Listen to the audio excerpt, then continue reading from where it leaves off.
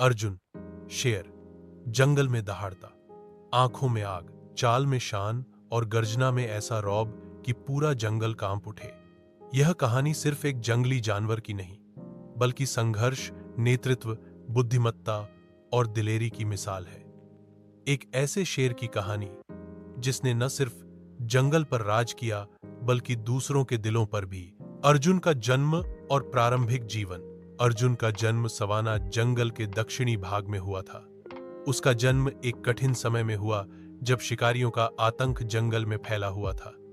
उसकी मां लेओना एक बहादुर शेरनी थी जो अपने बच्चों को अपने पंजों और दांतों से सुरक्षित रखती थी। लेकिन अर्जुन का बचपन ज्यादा सरल नहीं था।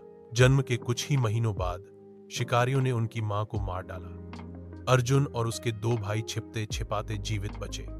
कई हफ्तों तक उन्होंने भूख और डर से लड़ाई लड़ी, लेकिन धीरे धीरे अर्जुन ने अपने भीतर एक विशेष ताकत को महसूस किया, अडिग इच्छा शक्ति और नेतृत्व। जब बाकी शावक थक हार जाते, अर्जुन अपनी हिम्मत से उन्हें प्रेरित करता। यहीं से उसके राजा बनने की यात्रा की शुरुआत हुई। युवावस्था और संघर्ष। समय बीता और अर्जुन बड़ा हुआ।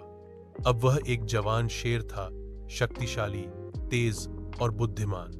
पर जंगल में राज करने के लिए सिर्फ ताकत काफी नहीं होती, रणनीति भी चाहिए। उस समय जंगल पर एक वृद्ध शेर सुल्तान का शासन था। सुल्तान बूढ़ा हो चला था, लेकिन अब भी सत्ता से चिपका हुआ था। अर्जुन को लगता था कि जंगल के हित में एक नया, न्यायप्रिय और मजबूत नेतृत्व जरूरी है। लेकिन सीधे चुनौती देना मौत को दावत देने जैसा था। एक दिन जब शेरों के बीच भोजन को लेकर संघर्ष छिड़ा, अर्जुन ने अपने साहस से सभी को चौंका दिया। उसने भोजन को सभी के बीच बराबर बांटने का सुझाव दिया, जिसमें वृद्ध, शेरनियां और शावक को प्राथमिकता दी गई। यह बात जंगल के बाकी जानवरों को बेहद पसंद आई, लेकिन सुल्तान को यह असहनीय लगा। चुनौती और युद्ध। अर्जुन की लोकप्रियता तेजी से बढ़ने लगी। धीरे धीरे कई युवा शेर उसकी बात मानने लगे।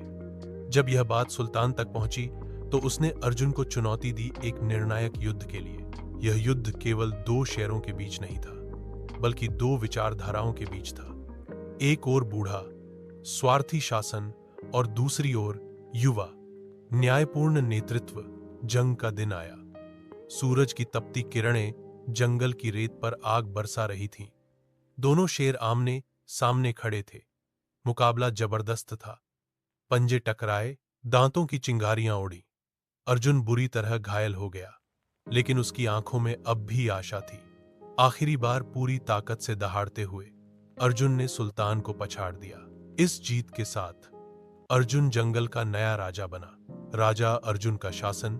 राजा बनने के बाद अर्जुन ने जंगल के नियम बदल डाले। वह केवल शक्ति से नहीं, बल्कि न्याय, समानता और सहयोग से शासन करता था। उसने जंगल में शांति सभा की शुरुआत की, जिसमें हर प्रजाति के प्रतिनिधि अपनी बात रख सकते थे।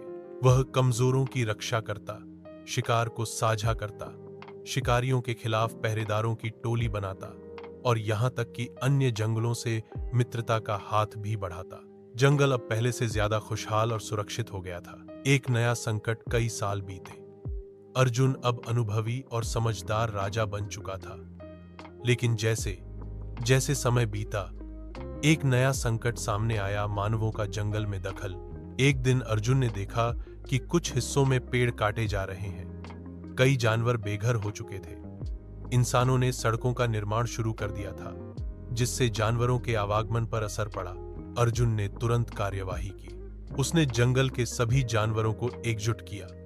उन्होंने इंसानों को दिखाने के लिए एक शांतिपूर्ण परेड निकाली। हाथियों ने रास्ता रोका, बंदरों ने तख्तियां बनाई, हिरनों ने गीत गाए। यह दृश्य अद्भुत था। कुछ मीडिया कर्मी भी वहां पहुंचे और इस आंदोलन की खबर दुनिया भर में फैल गई। सरकार को झुकना पड़ा। उन्होंने जंगल को संरक्षित क्षेत्र घोषित किया। बुढ़ापा और उत्तराधिकारी। समय किसी के लिए नहीं रुकता। अर्जुन भी अब वृद्ध हो चुका था। उसकी चाल धीमी थी, लेकिन सोच अब भी तीव्र। उसने सोचा कि अब समय है उत्तराधिकारी चुनने का, पर वह चाहता था कि यह चुनाव ताकत से नहीं, योग्यता और सेवा भावना के आधार पर हो। उसने प्रतियोगिताएं रखीं, बुद्धिमत्ता की, धैर्य की, साहस की और सहानुभूति की। अंत में एक युवा शेरनी नैरा को उत्तराधिकारी चुना गया। वह तेज, समझदार और अर्जुन के सिद्धांतों की सच्ची उत्तराधिकारी थी। अंतिम दिन अर्जुन ने अपना अंतिम समय एक छोटी पहाड़ी पर बिताया, जहां से वह पूरा जंगल देख सकता था।